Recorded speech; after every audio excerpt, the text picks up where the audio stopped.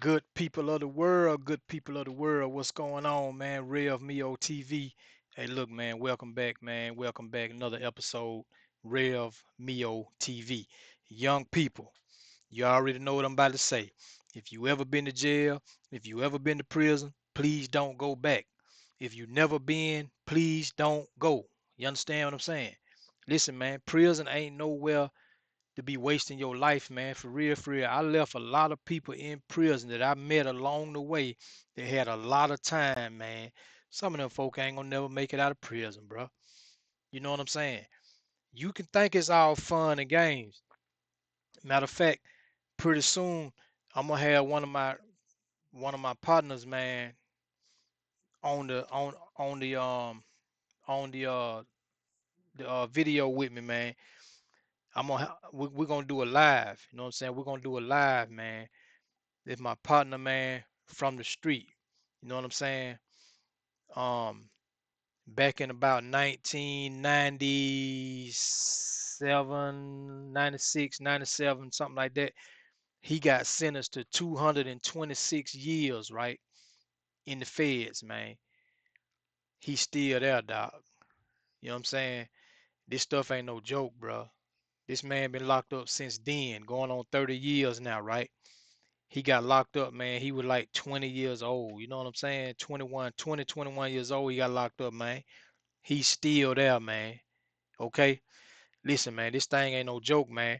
I'm trying to keep you from going, right? So I'm gonna talk to y'all today, man, about the Atlanta camp, man. Atlanta camp. Y'all know I spent 16 years of my life incarcerated, man. Um, I did state time, I did federal time. Um, During my federal bid, back in 2007, I started preaching. 2010, I was ordained. I've been walking with the Lord ever since.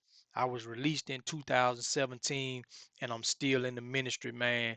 And hey, look, man, it ain't no joke, man. Don't go waste your life, man. It's a whole world out here, man. Right? Stay on the right track. So listen, I'm gonna tell you about prison. I'm gonna tell you about the Atlanta camp. See, the camps is different. You know what I'm saying? So you hear me talking about when I was in the state, man, when they were knocking heads and they were, folks getting the head busted and all that kind of stuff, man, on the regular. And then you hear me talk about when you hear me talk about these camp stories, see the camp is different. When you think about a prison camp, a federal prison camp, then you think about minimum security. That ain't the high security. But what you got is, okay, first of all, the camps was designed for politicians, um, these senators and congressmen and people like that. They get in trouble, then they send them to a camp. As long as they got less than 10 years, right? They send them to a camp. So they go do their time. It's hard enough being away from your family, man. So they go do their time, right? And you know what I'm saying? They ain't too much got to worry about getting their head busted, getting stabbed, stuff like that, getting raped, stuff like that, right? Because you can be a violent person and make it to a camp, but you can't have a violent charge and make it to a camp, right? Know what I'm saying? Remember, okay, so look, let me break it down like this. Back around somewhere around the late 90s or something like that, early 2000, late 90s, the prison system got so overcrowded. See, they had to change the rules on who they was letting go to the camps. They had to change the rules and let more people go to the camps because of the prison overcrowding and stuff, right? So they started letting people go to camps like myself, armed career criminal. Look up the statute 924E, armed career criminal. You know what I'm saying? But I made it to a camp. It was a lot of people like me that made it to a camp, right? Um, you got a lot of people that served a lot of time. They came from penitentiary, worked their way down to the medium, to the low, to the camp, and made it to the camp that way. So you got people that been locked up 15 years, 17 years, 22 years, 25 years. They make it down to the camp, right? So you got a lot of people there at these camps that have been locked up over 15 years, right?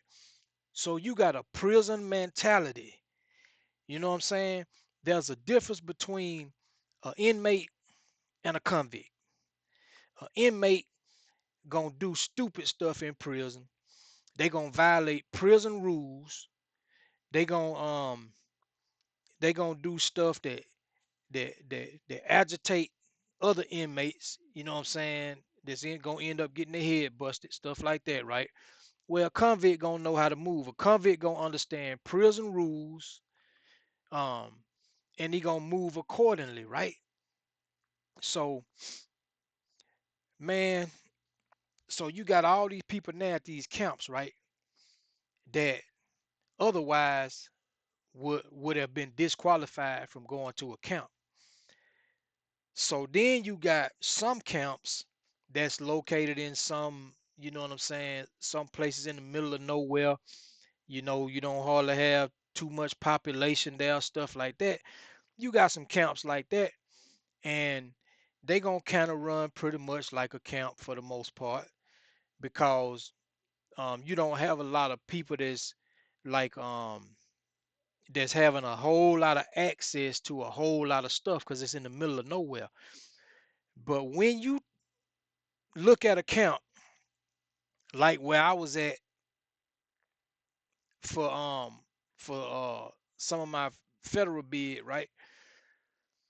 The Atlanta camp, man, it's a different situation, man. It's still a camp. Understand something? It's still a camp, but it's a different situation. You understand? And the reason why it's different is because the Atlanta camp, it sit in the middle of the city, first of all, you know what I'm saying? Right over there off Boulevard and stuff. It's over there by the zoo. It sit in the middle of the city, basically. Then the second thing is it sits on the same compound as the penitentiary, the Atlanta penitentiary. They declassified it from a penitentiary to a medium high, right? But it still got a penitentiary mentality. You got the same officers that work at this penitentiary or medium high. Now you got the same officers that for years and years and years work this penitentiary. Now they work this medium high. Them same officers, they work the camp too. So one quarter they might work over at the big prison. The next quarter they might work down at the camp. The camp sits outside the big 50-foot wall, and the Atlanta camp sits behind two fences. Some camps don't even have a fence, doc. The Atlanta camp got two fences. You know what I'm saying? Because so much contraband gets into the camp. So much contraband was getting into the camp, man. It was like crazy, man. Like crazy, crazy. I mean, like I'm talking about a boatload. I'm talking about big Santa Claus sacks, man. So you would see on any given night, right? On any given night, I'm gonna give you an example, right? Um, should I'm gonna tell y'all, man. So one night, right? I had a cell phone. You know what I'm saying? I done told y'all that before. Everybody had cell phones, man. Everybody had cell phones was everywhere. You know what I'm saying? So I'm talking about it was so many cell phones at the Atlanta camp because it's easy access. You got some officers that would let you go, sneak out, you know what I'm saying, and you sneak back in. You got some officers that'll say something that they ain't gonna make no announcement to the whole prison and say, all right, man, y'all go just be back by 12. They ain't gonna say that. They gonna tell the person who they cool with, the one or two inmates who they cool with, they gonna say, hey man, hey, y'all do what you do. You know what I'm saying? Y'all make sure y'all back. Don't mess up my count. You know I got to count at 10 o'clock. Don't mess up my count. You know what I'm saying? All right. So then that person will come and tell, you know what I'm saying, his one or two people, hey man, we good. Boy, you good, boy. He said, just don't mess up the count. You know, so them police, they not even gonna come back there looking for nothing. They ain't gonna come back there looking for no phones, for no contraband, for no alcohol, for no drugs, no none of that stuff. They ain't finna come try to count. They know inmates done left. Now you got some officers that didn't play that. So those are the ones that, you know what I'm saying, you had to work a little bit harder to trick them. You know what I'm saying? And they still used to get away with, you know what I'm saying, tricking them too, right? But man, I'm gonna tell you how bad like the phone situation was. And yeah, man, y'all ain't gonna believe this, man. Y'all ain't gonna believe this. But one day, right? So I slept in H unit. Like when I say everybody had phones, man, I'm talking about boy, probably 80% of the people at this place had a phone. You know what I'm saying? Probably 80% of the people at this place had a phone, man, the inmates, right? So what you would do is through the day, when the first shift working, that ain't the time to really pull your phones out and talk, right? So you know what I'm saying? It'll be a few phones, you know what I'm saying? You need to make a move, you need to call somebody real quick, you trying to do something like that. And understand something, man, that I wasn't doing no drugs, I wasn't selling nothing, wasn't doing nothing like that. If you heard me talk on here before, man, I'm keeping a relationship with my son. I'm tutoring my son from prison on a cell phone. On a cell phone, man. I'm tutoring my son from prison on a cell phone. You know what I'm saying?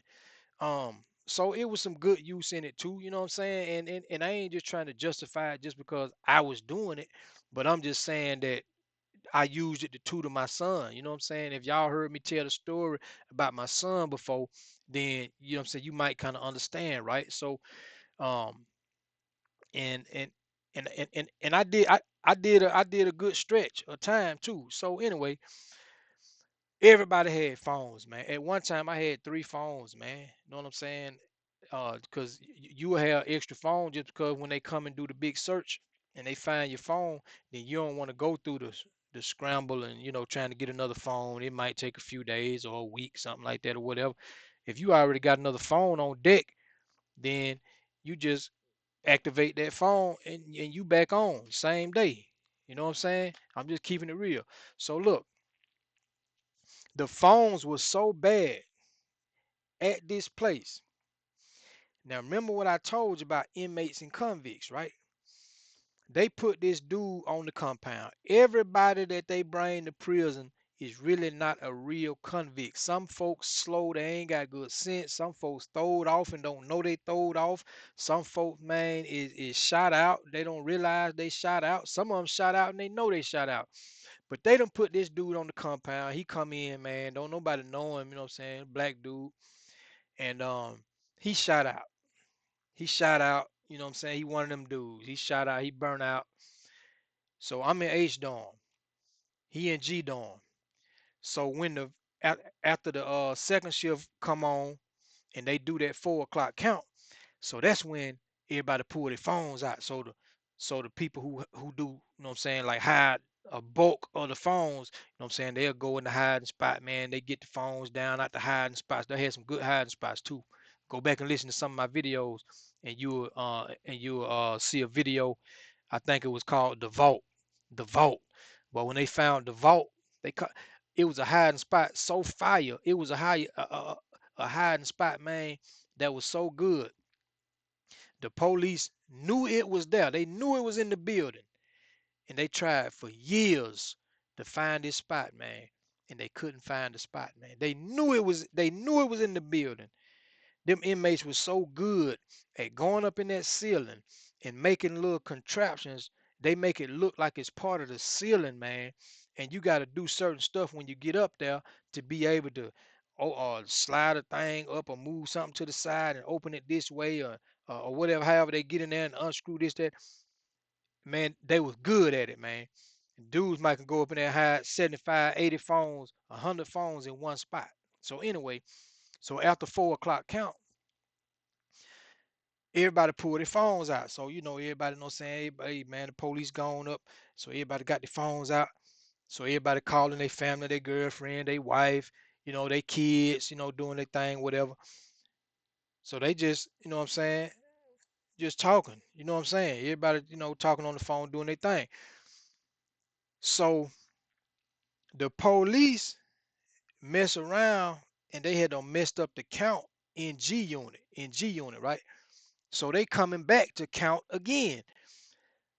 So everybody putting their phones up. You gotta, you know what I'm saying, hide your phone real quick somewhere. People got a little quick spot they can hide their phone. I mean, you can hide a phone in less than 5 seconds, 3 seconds, and something. You know what I'm saying? Pip, pip, pip. So they put the phones up. Some people hiding their phone in their room, stuck in some kind of way, the bed, they locker, you know what I'm saying, the other different little spots, the wall, all kind of different stuff, man. So listen, so dudes putting their phone up real quick, putting the phone up. So this one dude, I don't know his name or nothing, man, but he was an older dude, man. He probably in his 50s, late 50s, something like that. Black dude. Look like he, you know what I'm saying? I don't want to judge the dude, but you know how somebody look when they done been on drugs. He looked like he done been on drugs. You know what I'm saying? So the police come back in the unit to recount, right? They come back in there to recount. Dude gonna say to the police, he said, "Hey, um, where I get where I get me one of them phones at?" So the police looking at him crazy. The police looking at him crazy, like, man, what you talking about, man? So he say, where can I get me one of them phones at? Everybody got one, know what I'm saying? Shoot, I want me a phone too. So everybody looking like, you know what I'm saying, you trying to keep a poker face and stuff, but the police gotta go back up there and report this count too, right? Man, police leave back out, but they know the police coming right back. You know what I'm saying? They give them that look, you know what I mean? And this ain't one of them cool police for real, you know what I'm saying? So they like police leave out. They like, man, what you doing, man? So everybody getting their phone. Now they got to put them back up in the good hiding spot, man. They getting their phone. They scrambling. Everybody getting the phone. You know what I'm saying? Dude go up there, put the phone back up in the vault. You know what I'm saying? Everybody like, hey man, what's wrong with you, man? Blah blah. You know what I'm saying? Hey man, what's you know what I'm saying? Man, you shot out, man. What's wrong with you, man? Blah blah. He like, man, shoot, man. Everybody got a phone. Like, man, we ain't supposed to have these phones, man. What's wrong with you, man? So dude, like, man, shoot, I ain't know, man. What y'all talking about? Dude, burn out. You know what I'm saying? He burn out. He done told on the whole dorm. And don't even realize it. You know what I'm saying? He done dry snitched on the whole dorm, man. Don't even realize it. He done told everybody now with phones and stuff, right? So the police come back. Police come back, man. They searched the dorm. They ain't finding no phones. They don't put them phones back up in the, you know what I'm saying, in the vault. So they ain't finding them phones. So they pulled the dude out. They trying to get information out of him, whatever. So you know what I'm saying? Whatever the dude told him, I don't know.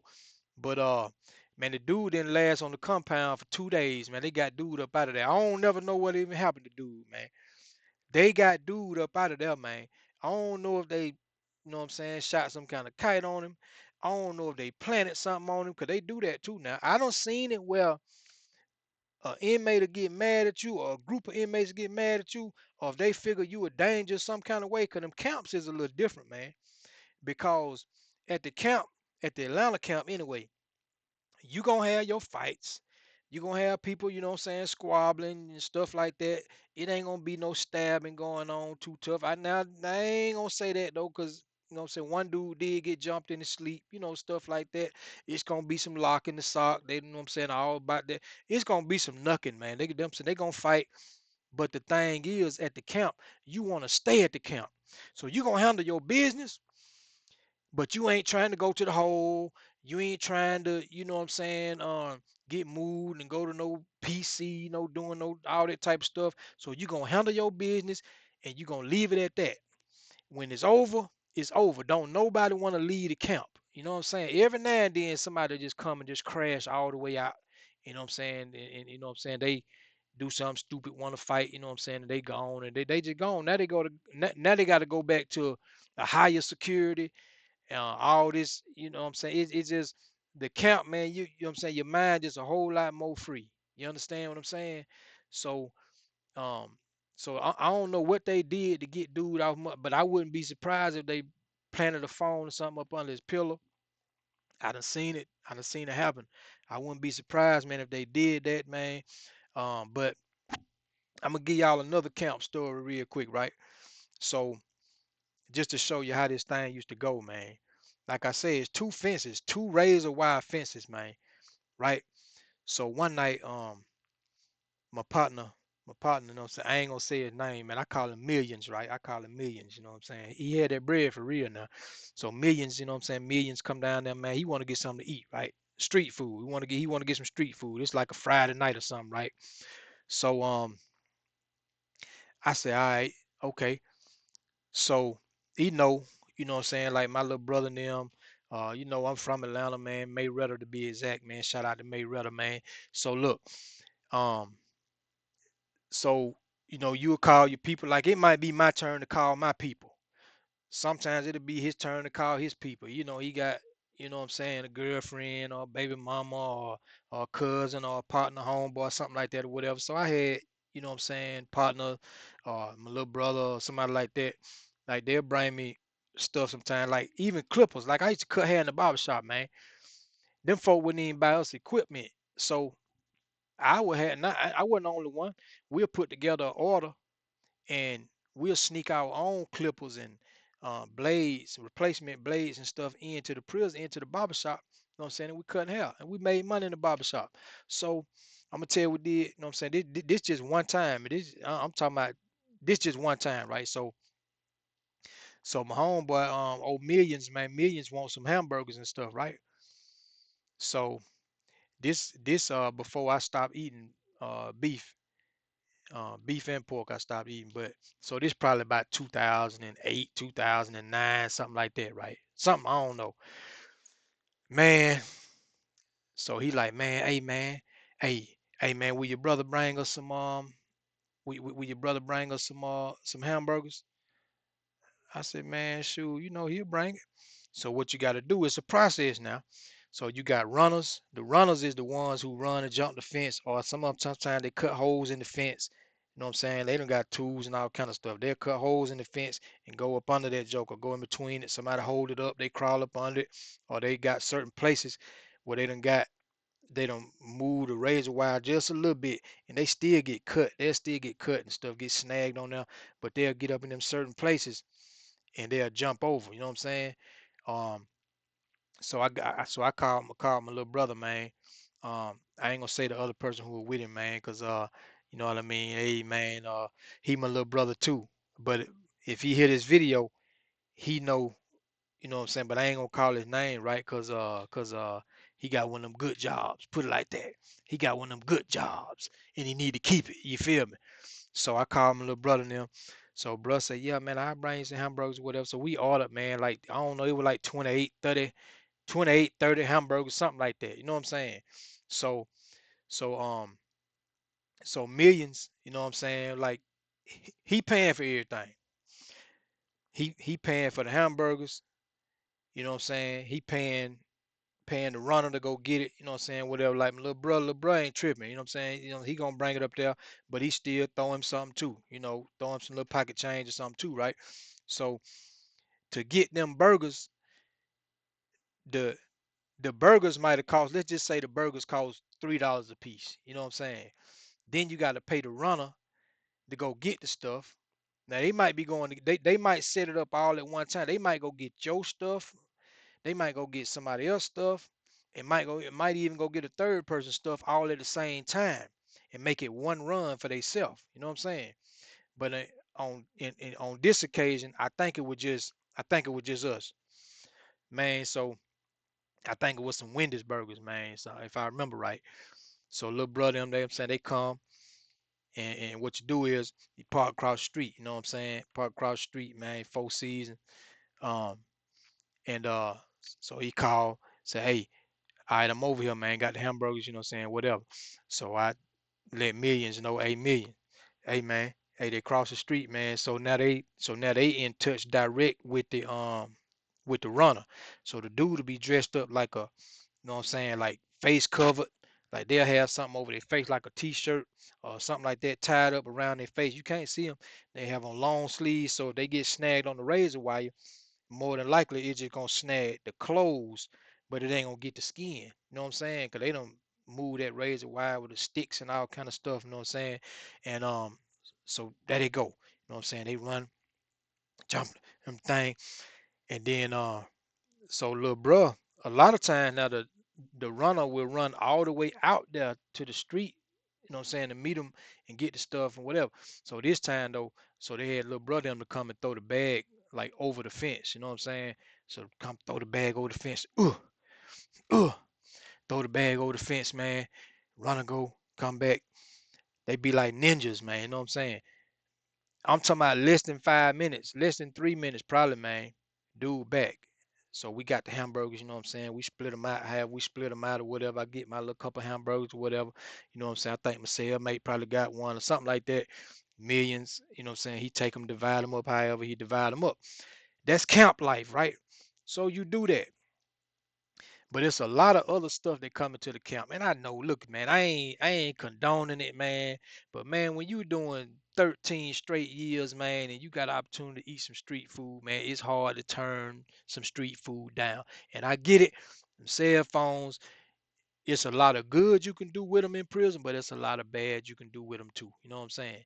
So, hey, man, hey, it helped me a lot. It helped me and my son a lot. And I'm thankful that I had one in prison. But at the same time, I understand why they don't want them in prison, because people can do a lot of other stuff. You know what I'm saying? Stuff that I didn't do. You feel me? But that's some Atlanta camp stories, man. I'm gonna give y'all some more, man. Hey, man, y'all subscribe to the channel, and remember, I'm bringing something to you to social media. It's gonna be different, but it's gonna be good, man. It's gonna be unique in its own little way. And when I do it, y'all gonna be like, dang, man, why nobody never did that before? Like, it's kind of a simple idea. Let's get these subscriptions up, man. And we're gonna bring this thing to social media, man. All right. Y'all ride with me, man. Love y'all, man. All of y'all, everybody that's been subscribing, man. Love y'all, man. Everybody that comment on my videos, man. Love y'all, man. Everybody that like my videos, I love y'all, man. Share this with at least 3 people, man. Let's go, man. RevMeoTV.